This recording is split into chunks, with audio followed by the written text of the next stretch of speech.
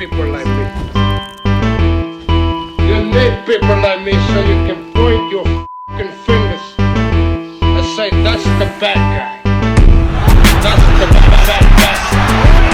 That's the bad guy. That's the bad guy. That's the bad guy.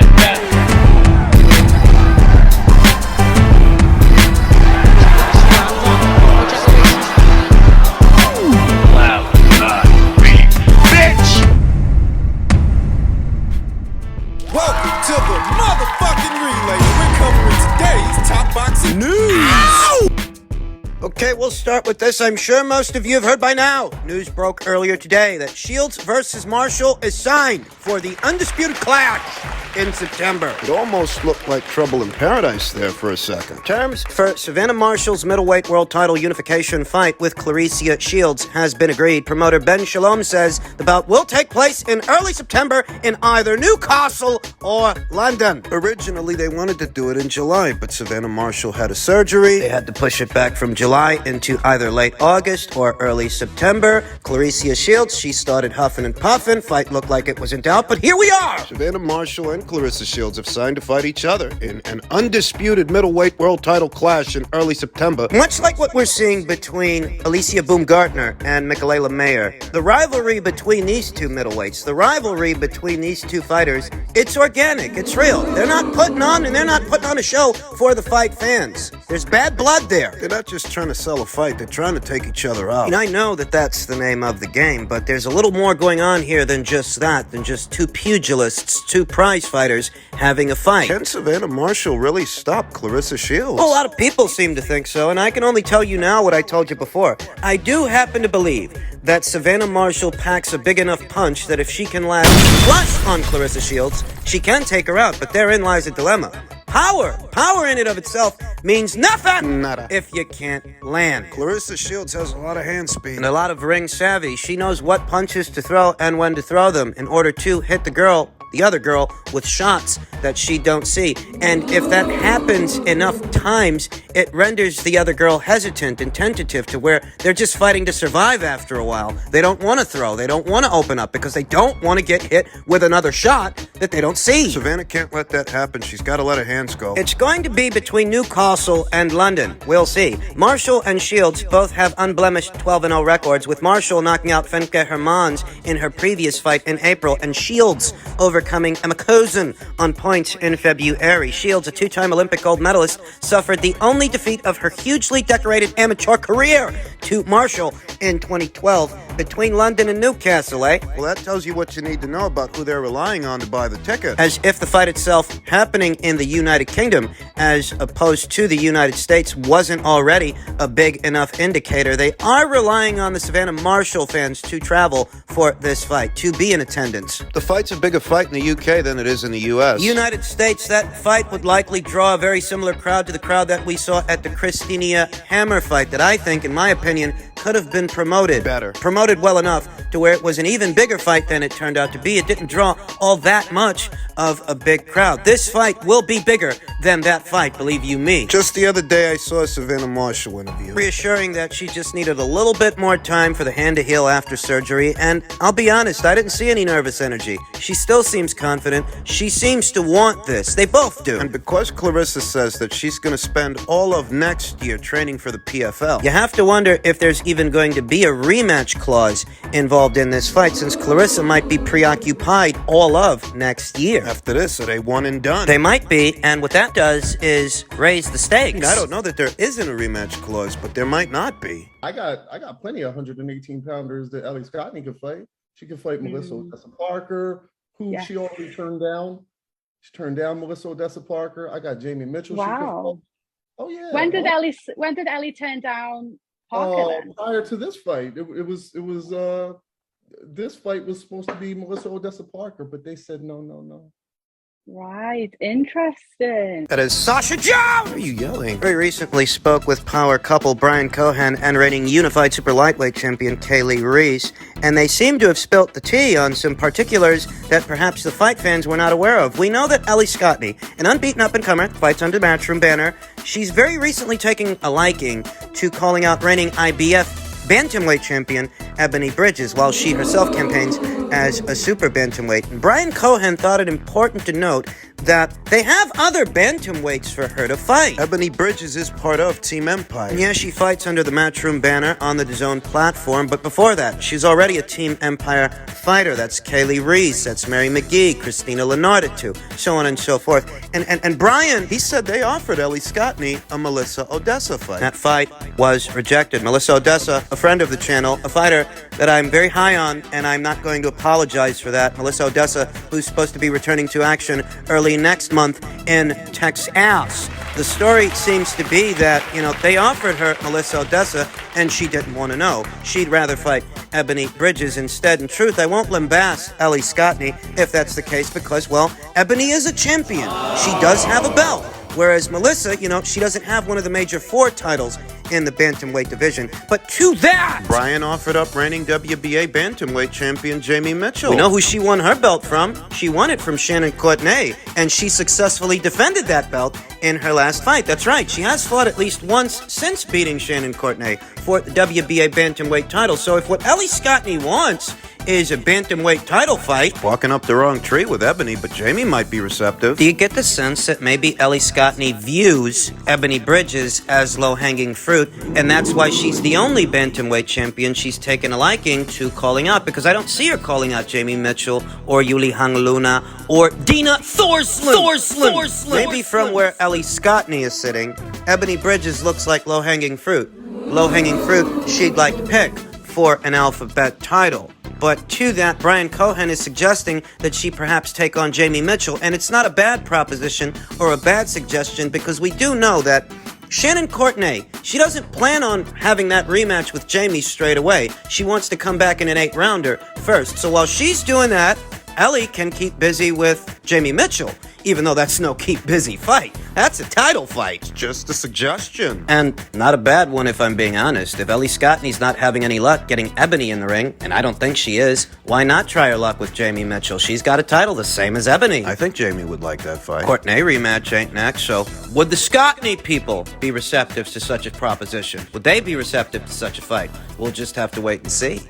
And now for a disappointing bit of news you may have come across in the last 24 hours. Per a tweet from Michael Benson, Frank Warren has stated that Joe Joyce versus Joseph Parker is being pushed back to September because Parker's trainer, Andy Lee's wife, is having a baby around the original planned date in early July. Warren said Joyce will fight someone else in the meantime, and on the face of it, Seems like a good enough reason. to postpone the Joe Joyce fight. But if that's the real reason they want to hold out on doing that in July, why is David Higgins targeting a Dillian Veit fight? David Higgins, Joseph Parker's manager. You know what David Higgins said? David Higgins said, White versus Parker rematch next? There's no better time. I already know that Joseph Parker would gladly jump back in with Dillian Veit anytime, anywhere. Especially now that he's coming off a knockout loss, right? Look, if the Joe Joyce fight is postponed and not outright canceled, why is David Higgins entertaining different opponent options on different sides of the street? They don't seem too committed to that Joe Joyce fight, if you ask me. Joseph Parker is keeping in wonderful shape at home in New Zealand with his family, Higgins told Sky Sports. There are still ongoing discussions about his next fight move. Joe Joyce fight is still a live discussion. It's not contracted. Yeah, and you don't seem committed. If the whole reason this fight got postponed is due to Andy Lee's wife giving birth, why are you looking at another guy? Why would you be looking at another guy if that's all this is about? I'm not going to jump to conclusions. That's just the way it looks. The way it sounds. Listen to what he said. He said, there's talk of it later, September, and there's always options. Joseph was showing me videos of the Dillian Veit fight this very morning, and Joseph has wanted a rematch ever since. It's funny, this is the first I've ever heard of it. The fight between Dillian Veit and Joseph Parker is a little over 3, maybe 4 years old, and I didn't see Joseph Parker vehemently asking for a rematch, beating the drum, beating down Dillian Veit's door for a second fight. It seems like he only recently became interested in fighting him for a second time, and I'm sure that Tyson Fury knocking out Dillian Veit has absolutely nothing to do with it. Nah, it's not related. We've made it clear at all times we'd fight Dillian Veit then or now. That stands now because Joseph would love to fight Dillian Veit. That would be a blockbuster pay-per-view. It is a war. It was the heavyweight fight of the year. It's really up to the White camp, I think, to signal if they are willing to have that rematch. Parker is ranked in the top 5 by way of the WBO and the WBC following a career best points win over Derek Chisora in their December rematch. There's no better time for a rematch between Joseph Parker and Dillian Whyte, said Higgins. Joseph Parker is an elite heavyweight and he's got unfinished business with Dillian Whyte. So to stop Dillian Whyte on worldwide TV would be a nice step back towards the heavyweight world title, which is every heavyweight's goal. I already know that Joseph would gladly jump back in with Dillian Whyte anytime, anywhere. The real question is Dillian Whyte up for it? Because we've got no time to dither. No time to dither. That's what you're doing right now. You're dithering. You're dithering all over the place. If the plan was to take on Joe Joyce, but that got delayed, that got postponed. Where does Dillian Whyte even come into it? You put him into it. Look, after Joseph Parker took care of Derek Chisora for the second time, there was no talk of a Dillian Whyte versus Joseph Parker fight. And even before that, there was no talk of a sequel, no talk of a rematch. This is opportunism, if it's anything. Are they about to bail on Joe Joyce the way they bailed on Philippe Pergovic? They might. Listen to what David Higgins is saying. He's saying there are other options on the table. The Joe Joyce fight would also be a cracker. There's no contract, but that Joyce fight is close to being contracted, and the date has been discussed. Either one, Joe Joyce or Dillian Whyte, would be a blockbuster event. Let me tell you something. I was willing to forgive Joseph Parker for bailing on Philippe Pergovic. I was. After that order from the IBF came down for those two boys to lock horns to become the winner of Joshua versus Usyk 2's mandatory challenger, I was willing to forgive Joseph Parker for bailing on that final eliminator so long as he took on Joe Joyce. But if he don't take on Philippe and he don't take on Joe, He's just a big fat fucking duck. look, I can only tell you what I think. And if you want to know what I think, and you're here, so I'll assume that you do, if he don't end up fighting Philippe or Joe, what the hell am I supposed to call You it? do realize that the delay is on his side. We know what the cover story is, but we also know that the delay, the postponement, it's on Joseph Parker's end of things, not Joe Joyce's. So between that and what David Higgins is now saying, that they're open to a Dillian Whyte rematch, aren't you in the middle of negotiations with Joe Joyce? How committed are you to that fight when you're saying you're open to fighting Dillian Whyte again? Dillian ain't asking about you guys. He's not. He's coming off a knockout loss to Tyson Fury, and that's likely why you're pursuing him. I don't think that Dillian Whyte's next fight is going to be Joseph Parker, not off a knockout. No, not after being knocked out. It looked a lot like Joseph Parker, who's good buddies with Tyson Fury, and he's been palling around with him where he was a few weeks ago. It looked a lot like he was migrating from Matchroom over to BT, and now it looks like they're not as crazy about that Joe Joyce fight as initially perceived, initially anticipated.